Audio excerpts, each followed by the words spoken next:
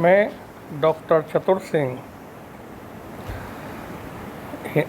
सहायक आचार्य हिंदी विभाग, MSJ college Bharatpur, आज BA पार्ट 3 की हिंदी साहित्य फर्स्ट पेपर के आधुनिक हिंदी कविता में भारतेंदु की प्रबोधिनी नामक कविता की व्याख्या प्रस्तुत कर रहा हूँ।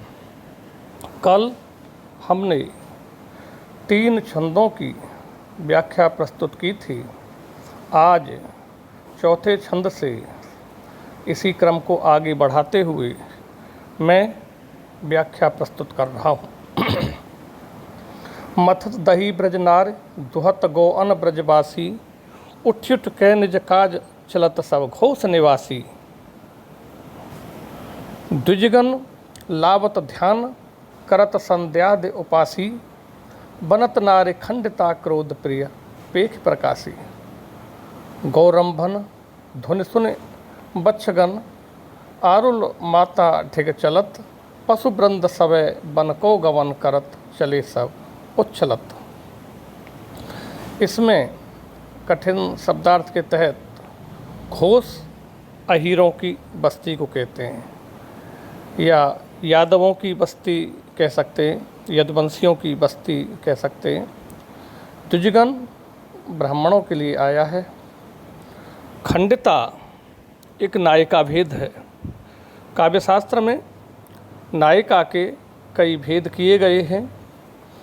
जैसे प्रोसित पति का नायिका, ऐसी नायिका जिसका पति विदेश गमन कर गया हो। इसी प्रकार से नायिका का एक प्रकार खंडिता नायिका है। यहाँ खंडिता नायिका इस छंद में आया है। खंडिता नायिका का अर्थ वह नायिका जिसका पति अन्य स्त्री से संबंध रखता हो। खंडिता नायिका आया है इसके लिए। ढिग समीप के संदर्भ में आया है। तो प्रबोधिनी नामक इस कविता में ब्रज प्रदेश के वासियों की दैनिक क्रियाओं का वर्णन किया गया है। कवि कहते हैं कि प्रातःकाल होने पर ब्रज की नारियां दही मथने लग गई हैं, तथा ब्रजवासी अपनी अपनी गाय दुहने लग गए हैं। गाय दुहने से संदर्भ अपने गाय से दूध निकालना, और दही मथने के संदर्भ में मक्खन तैयार करना दही से। ब्रजवासी अर्थात अहीरों की बस्ती के सभी लोग उठ कर अपने अपने काम पर जा रहे हैं। ब्राह्मण लोग ध्यान आदि लगाकर ईश्वर की वंदना और पूजा उपासना कर रहे हैं, और स्त्री के साथ रात भर रहकर घर आए पति को देखकर खंडिता नायिका क्रोध कर रही है। गायों के रवाने की आवाज़ सुनकर बछड़े उनके पास पहुंचने को आतुर हो रहे हैं। सभी गायें तथा पालतू पशु उछलते हुए झुंड बनाकर वन को जा रहे हैं। अर्थात ग्वालों की बस्ती में समस्त दैनिक क्रियाकलाप प्रारंभ हो गए हैं। इस छंद में ब्रजभाषा का बड़ा ही सरल प्रयोग हुआ है। अलंकारों में अनुप्रास, काव्यालिंग एवं स्वभावोक्ति का प्रयोग यहाँ हुआ है। 26 छंद इस छंद में प्रयोग किया गया है। आगे नारद तुम्बरु सट विभास ललताद अलापत, चारों मुगसों वेद पढ़त विदितुव जस थापत। इंद्रादि सुर नमत जुहारत थर थर कांपत, व्यासादिक ऋषि हाथ जोरितुव अस्तुति जापत। जय विजय गरुड़ कपि आदिगन, खरे खरे मुजरा करत। शिव डमरू लय गुण गाय तुम, प्रेम मगन आनंद भरत। यहाँ तुम्बरु एक गंधर्व के संदर्भ में आया है। एक गंधर्व का नाम तुम्बरु गंधर्व है। विधि ब्रह्मा के लिए प्रयोग हुआ है। तो तुम्हारा जुहारत ब्रजभाषा में प्रार्थना के लिए प्रयोग किया जाता है। ये जो जय विजय हैं ये विष्णु के दो सेवक हैं और कभी द्वारपाल के रूप में तो कभी अन्य प्रकार से सेवा शुश्रूषा में विष्णु के दो बड़े ही प्रिय विश्वस्त सेवक हैं। भारतेंदु की प्रबोधिनी नामक इस कविता में प्रभु श्री कृष्ण की विष्णु रूप में वंदना करते हुए प्रातःकाल होने पर जागने की प्रार्थना की गई है। कवि श्री कृष्ण से निवेदन कर रहे हैं कि नारद और गंधर्व जिसका नाम तुम्बरु है आपका स्तवन करते हुए ललिता आदि सभी रागों का आलाप कर रहे हैं। हमारी रागनीय संगीत शास्त्र में तो ललिता एक राग है। तो ललिता आदि रागों का स्तवन कर रहे हैं, आलाप कर रहे हैं। अपने चारों मुखों से ब्रह्मा भी वेद पढ़ते हुए तुम्हारे यश को स्थापित कर रहे हैं। इंद्र आदि सभी देवता नम्रता से तुम्हारी लीला तथा शक्ति का चिंतन कर थर थर काँप रहे हैं। व्यास आदि ऋषि, व्यास महाभारत के जो लेखक हैं, व्यास आदि ऋषि हाथ जोड़कर तुम्हारी स्तुति का जाप कर रहे हैं। विष्णु के जय विजय नामक सेवक गरुड़ जो उनका वाहन है एवं हनुमान आदि सभी खड़े खड़े तुम्हारी प्रार्थना कर रहे हैं, अर्थात प्रार्थना में लीन हैं।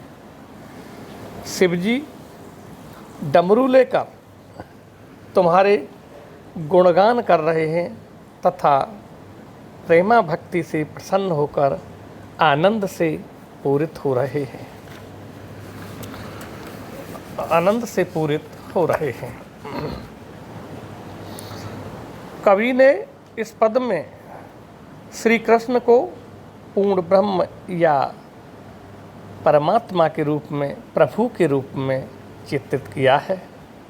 अनुप्रास, उल्लेख व काव्यालिंग अलंकार का प्रयोग इस छंद में किया गया है। दुर्गादिक सब खरी कौर नैनन की जोहत, गंगादि आचवन हेत घट लाई सोहत, तीरथ सब तुम चरण पर सहित ठाड़े मोहत, तुलसी लीने कुसुम अनेकन माला पोहत, शशि सूर पवन घन इंद्रा निज निज सेवा में लगत, ऋतु काल यथा उपचार में खरे भरे भय सग वगत। जोहत प्रतीक्षा के लिए प्रयुक्त हुआ है। घट घड़ा, सूर सूर्य, इंदिरा लक्ष्मी जी के लिए यहाँ प्रयोग हुआ है।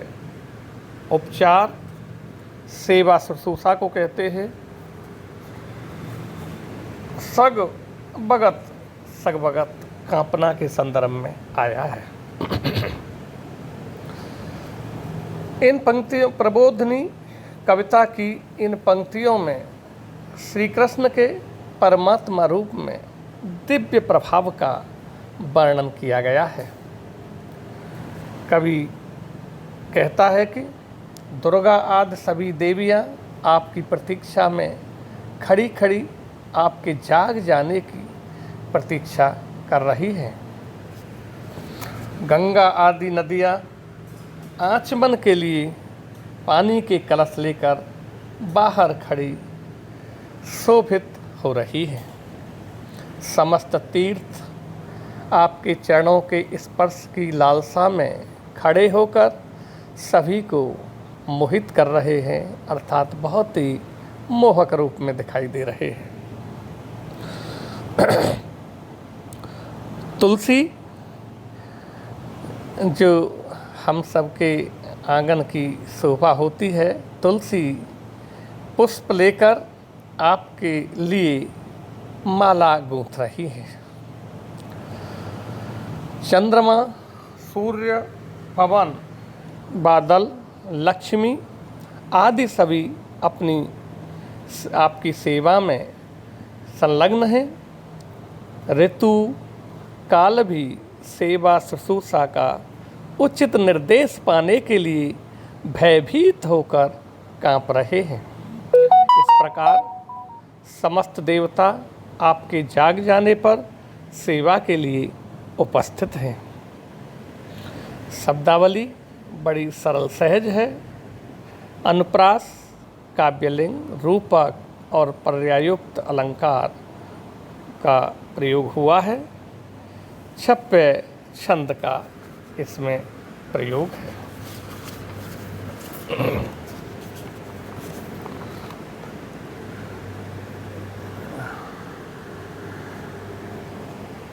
अगला छंद है, बंदी जन सब द्वार खरे, मधुरै गुण गावत, चंग मृदंग सितार बीन मिले मंद बजावत। द्विजगण पे नंदराय अनेक असीस पढ़ावत, निज निज सेवा में सब सेवक उठ उठ धावत। पीकदान वस्त्र दर्पण चवर झल जल झारी उबटन मलय, सौदो सुगंध तमोल लय, खरे दास दासी निचय। यहाँ बंदीजन स्तुति गाने वालों के लिए प्रयोग हुआ है, जो स्तुति में अपने आराध्य की स्तुति में लीन रहते हैं। चंग एक वाद्य है, वाद्य यंत्र चंग है। जैसे मलय चंदन के लिए आया है, तंबोल पान को कहते हैं, निचय समूह के लिए प्रयुक्त हुआ है। प्रस्तुत पंक्तियों में कवि कहता है कि हे प्रभु, स्तुति करने वाले चारण भाट आदि सभी द्वार पर खड़े होकर मधुर स्वर में आपका गुणगान कर रहे हैं। वे सभी चंग, मृदंग, सितार, बीन आदि वाद्यों को मंद ध्वनि में बजा रहे हैं। नंदराय ब्राह्मण द्वारा अनेक आशीर्वचनों का पाठ करवा रहे हैं। समस्त सेवक अपनी अपनी सेवा करते हुए उठ उठ कर काम करते हुए दौड़ भाग कर रहे हैं। समस्त दास दासियों का समूह पीकदान, वस्त्र, दर्पण, चंवर, झलसारी, ओवटन, चंदन, तेल तथा पान लेकर द्वार के बाहर खड़े होकर आपकी प्रतीक्षा कर रहे हैं। भाषा बड़ी सरल और भावानुकूल है। अनुप्रास, पुनरुक्ति प्रकाश, काव्यलिंग आदि अलंकारों का प्रयोग हुआ है। छप्पय छंद का इसमें प्रयोग है। आगे के छंदों का क्रमशः आगे के छंदों की क्रमशः व्याख्या आगे प्रस्तुत की जाएगी। आज की व्याख्या का यह कार्य समाप्त होता है।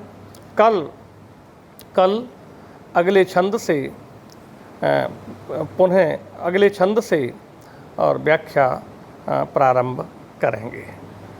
तब तक आप अगला छंद आपके लिए प्रस्तुत कर दिया गया है, तब तक उसको एक बार पढ़ें और कल मैं उसको व्याख्या प्रस्तुत करूँगा। धन्यवाद।